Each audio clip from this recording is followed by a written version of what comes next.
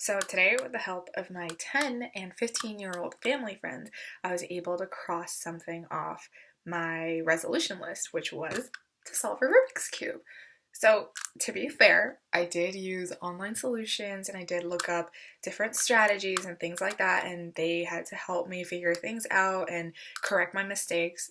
But I cannot tell you guys how happy I am right now because I've been wanting to do this since fifth grade. It was a craze when everybody came to school with their own Rubik's Cube, and all the boys in my class sat around and just tried to figure out the fastest way to solve a Rubik's Cube, who could do it in the shortest amount of time. And here I was struggling to mess up my Rubik's Cube from when it was perfect just so that I can get it back together. But I think that the reason that this is really important to me is because of something that I've started to realize, which is about my growth versus fixed mindset. And I actually thought about this my freshman year of college. I think was the first time I was introduced to this concept of the fact as formally as growth versus fixed mindsets. And I was thinking about it, and I was like, I've always been a very positive person, and I've always loved to learn about everything in any conversation. But it was only until, so I told myself that I had a growth mindset, but it was really only until I started reading the book Mindset by Carol S. Dweck. I don't know how you say her last name. That I started to realize that there's actually different ways to assess your mindset, and there's actually a lot of different categories, and you can in fact have a growth mindset for one particular aspect of your life and a fixed mindset for something else.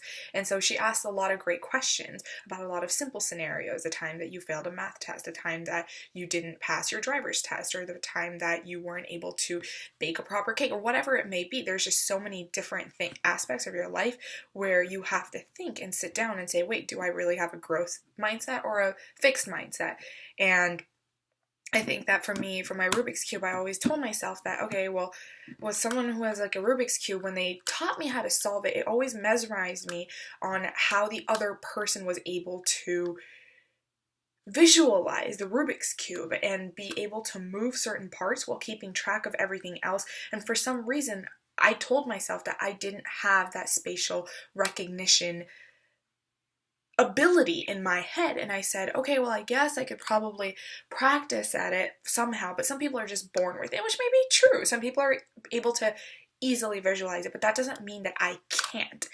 And yeah, so I may have cheated in solving the Rubik's Cube, but I think that I totally passed in proving myself wrong, that I in fact am on my way and capable of solving a Rubik's Cube. And now I know that with practice, since I've done it once, I've seen it, I've done it myself, that it's possible. And I think that was the most important part of my New Year's resolution. And hopefully I can prove to myself that I'm wrong about a lot of other things that I thought about myself. Maybe I should go repeat a calculus class, since that was the only class that I felt like I never actually understood in high school or college. So yeah, maybe I'll prove myself wrong in that way too. You never know.